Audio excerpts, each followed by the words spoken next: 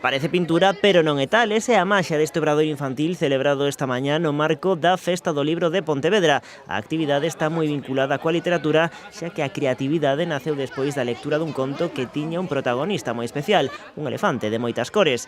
Coa inspiración xaramente, os cativos puxéronse mans á obra. Armados de yogur, colorantes e pincéis, puxéronse a darlle renda solta ao seu talento. Si estamos pintando ao elefante Elmer, como o contacontos que fixemos hace un momento,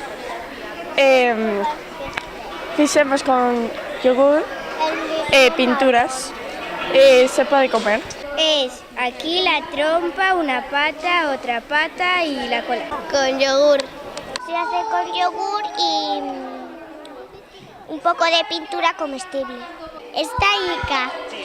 Estoy usando azul y rosa. Con yogur. ¿Y está rica? Sí. Estas pinturas se hacen con yogur y con ¿cómo se dice? Colorantes para comer, comestibles. Na actividade participaron máis de 40 nenos e nenas, unha experiencia que, segundo nos conta o seu responsable, non só serve para alimentar a alma, senón que tamén o corpo. O que facemos é contar un conto que tenga que ver cos colores. Por exemplo, se contamos un conto moi especial que é o do elefante Elmer, que é un elefante de todas as cores, e unha vez que rematamos o conto pasamos á zona de restaurante. Hai unha mesa preparada con platos, como se fose nun restaurante, con vasos, cucharas e pincéis. E os nenos aí o que teñen que facer é pois pintar unha parte do conto e despois de comela. Entonces, o arte non só alimenta a alma, o arte tamén alimenta o corpo.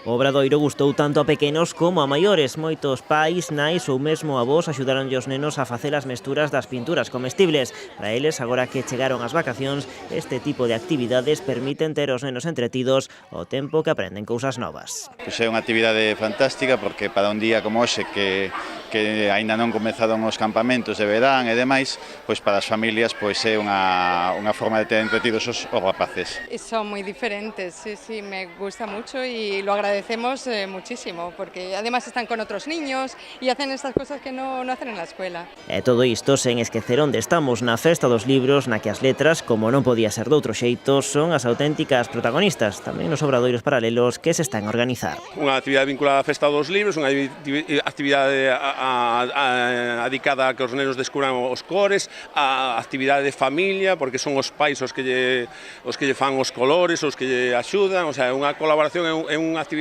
para a familia. Así que xa o saben, achéguense ata a ferrería e faganlle caso á recomendación do noso reporteiro Martín.